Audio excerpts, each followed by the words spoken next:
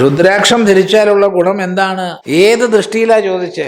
ഒന്ന്, സാക്ഷാൽ രുദ്രന്റെ അക്ഷമാണിത്, രുദ്രന്റെ കണ്ണുകളാണ്. ഇപ്പൊ സാക്ഷാൽ ശിവ സാന്നിധ്യമാണ്, രുദ്ര സാന്നിധ്യമാണ് തൻ്റെ കൂടെയുള്ളത് എന്ന ഭാവന ഒരാൾക്ക് അത് ഊട്ടി ഉറപ്പിക്കുമോ? എങ്കിൽ നല്ലത്.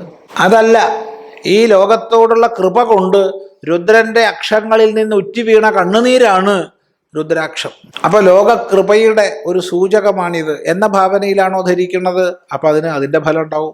ഇനി വേറൊരാൾ അങ്ങനെയൊന്നല്ല, ഇത് ഔഷധമാണ്, ഇത് ധരിക്കുന്നത് കൊണ്ട് ദേഹത്തിന് ആരോഗ്യത്തിന് നല്ലതാ, പ്രത്യേകിച്ച് നാഡീവ്യവസ്ഥയ്ക്ക് നല്ലതാ എന്ന ഭാവനയിലാണോ? അപ്പം ആ ഗുണം ഉണ്ടാവും. ഇതൊരു പരിഷ്കാരമാണ്. അപ്പോൾ ഒരു പരിഷ്കാരത്തിൻ്റെ ഭാഗമായിട്ട് അങ്ങനെ ഉണ്ടല്ലോ, രുദ്രാക്ഷം ധരിക്കുന്ന ആൾക്കാരുണ്ട്. എന്നാൽ അതങ്ങനെയാണ്. ഇതിപ്പോൾ എങ്ങനെയാ അപ്പോൾ പറയുക?